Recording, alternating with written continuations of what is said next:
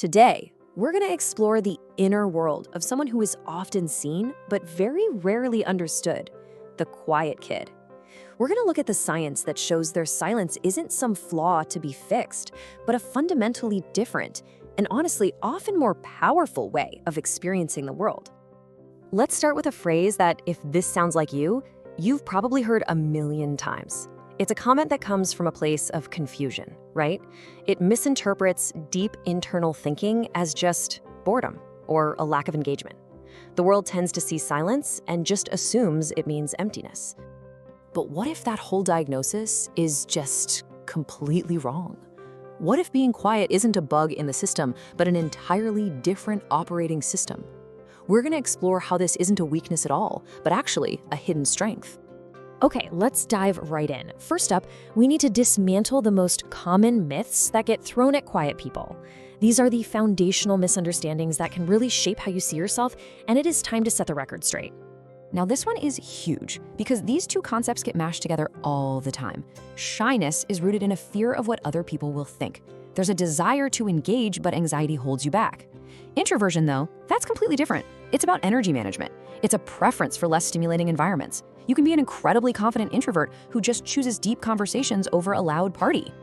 And the second myth is that silence means a blank mind. But neuroscience shows the complete opposite is often true. While other people are talking, an introvert's brain frequently shows higher activity in the prefrontal cortex. You know, the part of the brain that handles deep analysis and planning. So that silence isn't an absence of thought. It's the sound of a mind processing the world at full tilt. So, how does this actually work? Let's get into the core science of the brain, because this isn't just a personality preference. We're talking about neurobiology.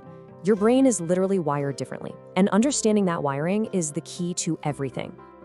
Okay, so a crucial piece of the puzzle is that your brain has a higher sensitivity to dopamine.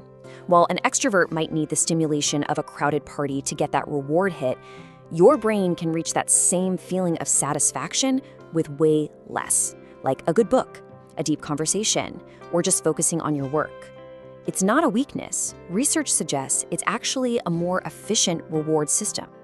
And this brings us right back to that highly active prefrontal cortex. Think of it as the CEO of your brain, and for you, it's pretty much always on the clock. It's constantly running what-if scenarios, simulating outcomes, and analyzing consequences. This is probably why you find yourself seeing 3 steps ahead while everyone else is still on step 1. Your mind is just built for strategy. And if you've ever felt like you experience the world a bit more intensely than others, well, you are definitely not alone.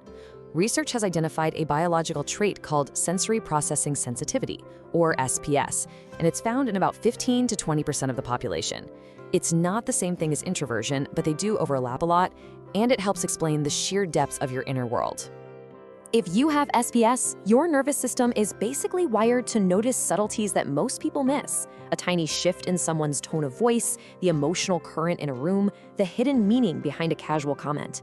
fMRI studies actually show your brain lighting up with more activity in regions linked to empathy and awareness. You're not overthinking it, you are simply processing more information. All this deep processing gives you what you could call a metacognitive advantage. Metacognition is literally thinking about your own thinking. It's the ability to observe your own mental code, to catch your own biases, to understand why you think the way you do. In a world where most people are running on autopilot, this is a genuine superpower for intentional growth. Now we have to acknowledge the shadow side of this. Because these same neurological gifts, this depth, this sensitivity, this awareness, they can become liabilities. And it's not because they're flawed, it's because of the environment they developed in. For many quiet people, that powerful ability to observe began as a survival strategy. You know, if you grew up in an unpredictable environment, your brain learned very quickly that reading the room was the only way to stay safe. But over time, this superpower of observation can curdle into hypervigilance, a constant, exhausting scan for threats, even when there are none. This can lead directly to what psychologists call learned silence. Your brain makes a very simple, logical calculation. If speaking up leads to criticism, but silence leads to safety, then silence is the smart choice. This survival strategy can start to feel like your personality, but really, it's just a conditioned response to protect yourself from threats that might not even exist anymore. And then, of course, there's the rumination trap. This is when your brain's powerful problem-solving ability gets stuck on a social problem it can't solve, like what someone really meant by that offhand comment. It just enters this unsolvable loop, replaying the moment, analyzing it from every angle, searching for a certainty that just isn't there. This is how your depth of processing advantage can turn against you. This brings us to a really crucial question for self-reflection. When you hold yourself back, is it because of the actual difficulty of the task, or is it because of the internal story, the rumination, the fear of judgment that you've attached to it? Understanding that difference is absolutely key to moving forward.